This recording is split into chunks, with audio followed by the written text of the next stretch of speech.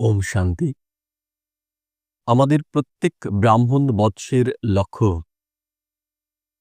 সম্পূর্ণ এবং সম্পন্ন হওয়া এবং তার সাথে সাথে মুক্তি এবং জীবন মুক্তিকে প্রাপ্ত করা। কিন্তু আমাদের এই লক্ষ্যে মূল বাধা হয়ে দাঁড়ায় আমাদের দেহ অভিমান এবং তার সাথে সাথে আমাদের পুরনো স্বভাব এবং সংস্কার। বাবা আমাদের এই পুরনো স্বভাব এবং সংস্কার থেকে মুক্ত হওয়ার জন্য আমাদের রোজ অন্তত ৮ বার ৫ স্বরূপের অভ্যাসের কথা বলে। কারণ এই ৫ স্বরূপের অভ্যাসের দ্বারাই আমরা খুব সহজেই আমাদের দেহ অভিমান থেকে মুক্ত হয়ে আমাদের অরিজিনাল দিব্য স্বরূপগুলোতে স্থিত হওয়ার অভ্যাস করি। এবং এই সুন্দর অভ্যাসের জন্য আমরা আমাদের দেহ অভিমানের সাথে সাথে পুরনো স্বভাব এবং সংস্কার থেকেও মুক্ত হতে পারি। অর্থাৎ আমরা যদি নিজেকে একজন শ্রেষ্ঠ পুরুষার্থী হিসেবে গড়ে তুলতে চাই, তবে ৫ স্বরূপের অভ্যাস কিন্তু অত্যন্ত গুরুত্বপূর্ণ। তাহলে আসুন আজ আমরা শক্তিশালী এবং শ্রেষ্ঠ বিচারের মাধ্যমে আমাদের ৫ স্বরূপে স্থিত হব এবং নিজের জীবনকে অনেক বেশি দিব্য ও শ্রেষ্ঠ করে তুলব। সবার প্রথমে নিজেকে স্থিত করুন ভ্রুকুটি সিংহাসনে, ঠিক চোখের পেছনে। বুদ্ধির দ্বারা ভিজুয়ালাইজ করুন আমি এক দিব্য চেতন সত্তা।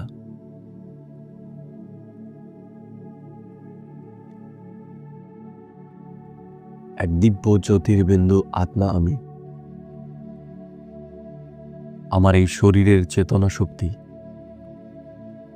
আমার এই শরীরের চালিকা শক্তি। আমি আত্মার উপস্থিতির জন্যই আমার এই শরীর চলমান। অনুভব করি আমি এবং আমার এই দেহ সম্পূর্ণ আলাদা। আমি নিজেকে আমার দেহ থেকে আলাদা অনুভব করছি। এবার আমি আমার এই দেহ থেকে এবং দেহের ভান থেকে মুক্ত হয়ে আমার অরিজিনাল স্বরূপ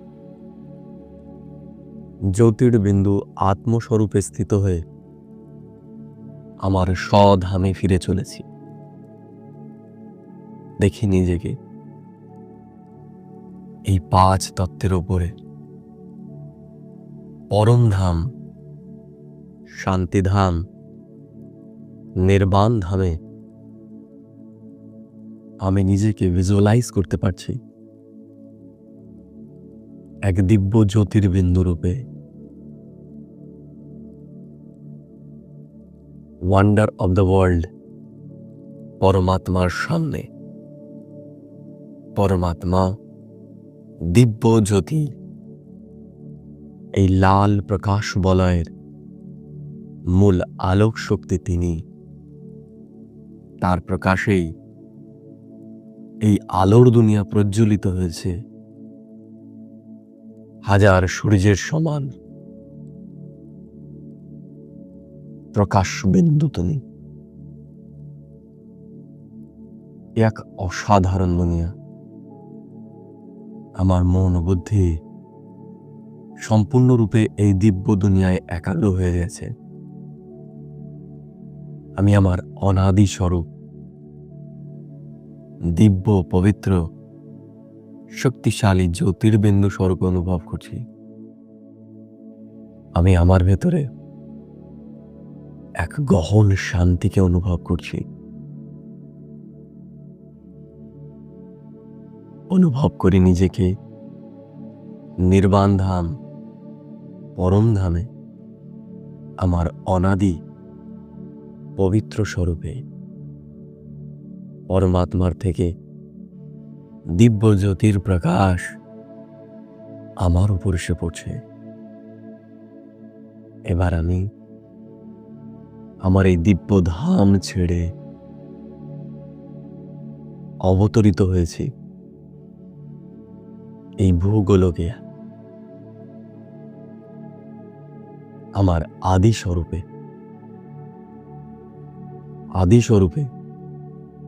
আমি শ্রেষ্ঠ পূজ্য দেবতা ভিজুয়ালাইজ করি। আমি নিজেকে আমার দেব স্বরূপে দেখতে পাচ্ছি, রাজ সিংহাসনে বিরাজমান।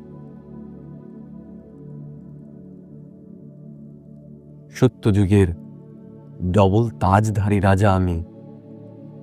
পবিত্রতা এবং স্বরাজ্যের তাজ আমি লাভ করেছি। আমি আমার রাজ দরবারে নিজেকে দেখতে পাচ্ছি। আমি আমার রাজ্যকে চালাচ্ছি। দেখার চেষ্টা করি আমার সামনে শ্রেষ্ঠ দেবী দেবতারা উপস্থিত। আমার রাজ্যের সমস্ত প্রজা সাধারণ নয়, সকলেই আমার মতো শ্রেষ্ঠ দেবতা। আমার অঙ্গ অঙ্গ কত পবিত্র, কত কোমল, কত শ্রেষ্ঠ। আমি বুদ্ধির নেত্রের দ্বারা আমার এই দিব্য স্বরূপকে দেখতে পাচ্ছি। দেখার চেষ্টা করি কি দিব্য চোখ। আমার চোখ থেকে যেন এক অলৌকিক আকর্ষণ আমাকে আকর্ষিত করছে। আমার এই দিব্য স্বরূপ আমার মন বুদ্ধিকে মোহিত করে তুলছে। আমি আমার বুদ্ধির নেত্রের দ্বারা আমার প্রত্যেকটা অঙ্গ প্রত্যঙ্গকে দেখতে পাচ্ছি। কত সুন্দর শরীরে আমি বিরাজ করছি। মন মোহক চেহারা।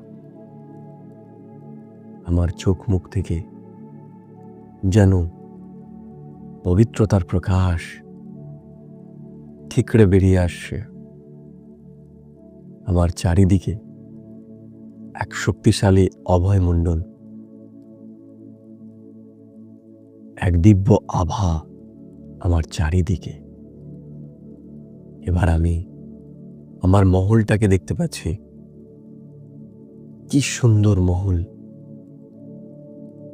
স্বর্ণ দ্বারা নির্মিত এবং মূল্যবান মণিমুক্ত দ্বারা সুসজ্জিত।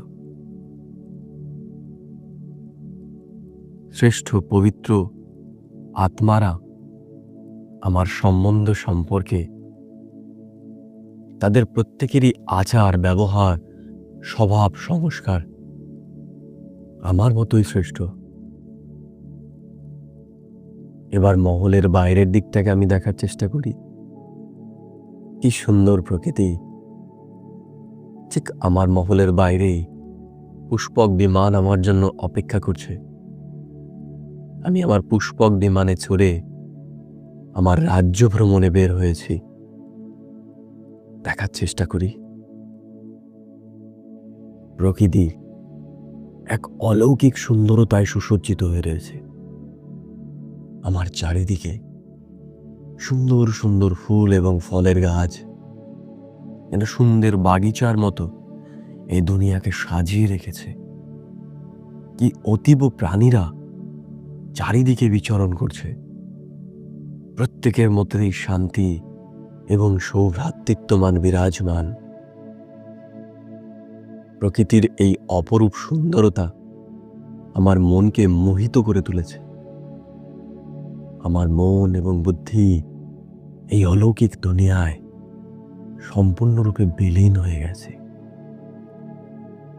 সুগন্ধিত পুষ্পের সুবাস আমার নাকে আসছে। পাখিরা সুন্দর সুরে গান করছে। এক অসাধারণ দুনিয়া। আমার মন শান্ত হয়ে উঠেছে, আমার বিবেক তৃপ্ত হয়ে গেছে। দেখার চেষ্টা করি নিজেকে, কি অদ্ভুত এই অনুভূতি। এবার আমি চলে এসেছি দ্রাপর যুগে, পূজ্য থেকে পূজনীয় রূপে। দেখার চেষ্টা করি, দ্রাপর যুগে আমি দেবতা রূপে পূজিত হচ্ছি। আমি নিজেকে বিঘ্ন বিনাশক গণেশ হিসেবে ভক্তদের মধ্যে পূজিত অবস্থায় দেখতে পাচ্ছি। আমার সামনে লাখ লাখ ভক্তরা উপস্থিত হয়ে আমার আরাধনা করছে। সবাই আমার কাছে তাদের মনস্কামনা নিয়ে এসেছে। আমি শ্রেষ্ঠ পূজ্য স্বরূপ দেবতা আমার ভক্তদের মনোকামনা পূর্ণ করছি। তারা অত্যন্ত ভক্তি ভরে আমার পুজো করছে। দেখার চেষ্টা করি নিজেকে বিঘ্ন বিনাশক গণেশ রূপে। আমাকে মূল্যবান ধনরত্নে তারা সুসজ্জিত করেছে। আমি তাদের মনোবাঞ্ছা পূর্ণ করছি। এবার আমি নিজেকে দুর্গা রূপে পূজিত অবস্থায় দেখতে পাচ্ছি। ভক্তরা আমার সামনে উপস্থিত। অনুভব করি আমি দেব মূর্তির মধ্যে নিজেকে দেখতে পাচ্ছি। আমি কখনো দেবী রূপে দৈবী মূর্তিতে অনুভব করছি। এক অকল্পনীয় অনুভূতি। আমি লাখ লাখ ভক্তের মনস্কামনা পূর্ণ করছি। এবার আমি চলে আসি আমার শ্রেষ্ঠ ব্রাহ্মণ জীবনে। পরমাত্মা শিব বাবা তার পরম ধাম ছেড়ে আমার জন্য অবতরিত হয়েছে। আমি আত্মা যখন শত থেকে তম প্রধান অবস্থাতে পৌঁছে যায়, পরমাত্মা শিব বাবা আমাকে নতুন দিব্য জন্ম প্রদান করে। আমি শ্রেষ্ঠ ব্রাহ্মণ আত্মা। ব্রহ্মার মাধ্যমে আমার নবজীবনের সৃষ্টি। আমি ব্রহ্মার মুখবংশাবলী, শ্রেষ্ঠ ব্রাহ্মণ আত্মা। আমি ব্রাহ্মণ আত্মা আমার 84 জন্মের সব থেকে শ্রেষ্ঠ জন্মে এখন উপস্থিত।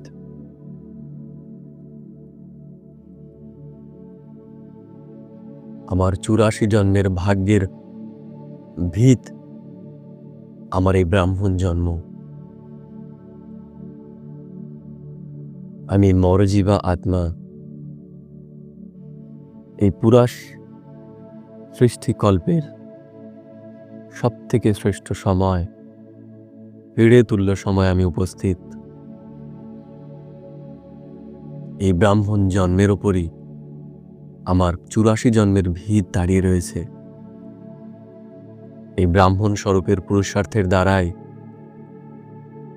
আমি দেবতা হতে চলেছি। এই ব্রাহ্মণ স্বরূপই নির্ধারণ করবে আমি রাজা হব না প্রজা হব। এটা আমার সব থেকে শ্রেষ্ঠ জন্ম। আমি এই শ্রেষ্ঠ জন্মে নিজেকে পুরুষার্থী ব্রাহ্মণ রূপে দেখতে পাচ্ছি। পরমাত্মা ঈশ্বরের কাছ থেকে শিক্ষা লাভরত অবস্থায় আমি নিজেকে ঈশ্বরের কাছ থেকে সরাসরি তার দিব্য বাণী শুনতে থাকা অবস্থায় ভিজুয়ালাইজ করছি।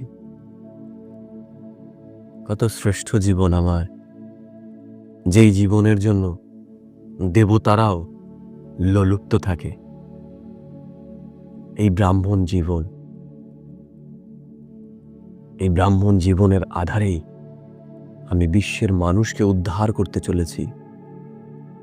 বাবা এই ব্রাহ্মণদের ওপরেই সৃষ্টি পরিবর্তনের ভার প্রদান করেছে, দেবতাদের ওপর নয়, এই ব্রাহ্মণদের ওপর। আমি কতই না শ্রেষ্ঠ জীবনে এখন রয়েছি। আমি ভাগ্যবান আত্মা, কোটির মধ্যে কেউ, তার মধ্যে কেউ একজন আমি ব্রাহ্মণ আত্মাই ঈশ্বরের সঙ্গ লাভ করেছি। অনেক জন্ম আমি দেবতাদের সন্তান রূপে জন্ম নেব, কিন্তু এই ব্রাহ্মণ জন্মই সেই শ্রেষ্ঠ জন্ম, যখন ঈশ্বর আমাদেরকে তার নিজের করে নেয়। আমি এখন ঈশ্বরের একদম কাছের সন্তান। ঈশ্বর এই ব্রাহ্মণ আত্মাদের জন্যই গর্ব করে, এরাই তার কাজে সহযোগী হতে চলেছে। আমি ব্রাহ্মণ আত্মাই ব্রহ্মার হাজার ভুজাধারী আত্মাদের একজন। পরমাত্মা আমি ব্রাহ্মণের দ্বারাই এই বিশ্ব পরিবর্তনের কাজ করবে। এবার আমি পুরুষার্থের দ্বারা আমার কমপ্লিট ফরিস্তা স্বরূপকে অনুভব করছি। হাড় মাংসের শরীর থেকে আলাদা দিব্য প্রকাশের সূক্ষ্ম শরীরে সূক্ষ্ম লোকে আমি বাপ দাদার সাথে নিজেকে দেখতে পাচ্ছি। ব্রহ্মা বাবা, শিব বাবা এবং সম্পূর্ণ অন্যান্য পুরুষার্থীদের সাথে আমি নিজেকে সূক্ষ্ম বতনে কমপ্লিট অবস্থায় দেখতে পাচ্ছি। আমার অঙ্গ অঙ্গ থেকে দিব্য সাদা প্রকাশ এই দিব্য প্রকাশময়ী দুনিয়াকে আরো বেশি উজ্জ্বল প্রকাশে প্রকাশিত করে তুলছে। বাবা আমার মাথায় হাত বুলিয়ে দিচ্ছে এবং তার বুকে আমার মাথা রেখে আমাকে আদর করছে। আমার অঙ্গে অঙ্গে দিব্য প্রকাশের প্রকম্পন ছড়িয়ে পড়ছে। আমি দিব্য ফরিস্তা, আমার থেকে দিব্য প্রকাশ এই ভূমণ্ডলে ছড়িয়ে পড়ছে, সমস্ত ব্রহ্মাণ্ডে ছড়িয়ে পড়ছে। আমি দিব্য ফরিস্তা, এটাই আমার কমপ্লিট স্বরূপ। আমাকে পুরুষার্থের দ্বারা এই দিব্য স্বরূপে নিজেকে স্থিত করতে হবে। আজ আমি সারাদিনে 8 বার এই শক্তিশালী দিব্য স্বরূপে স্থিত হব। ওম শান্তি, ওম শান্তি, ওম শান্তি।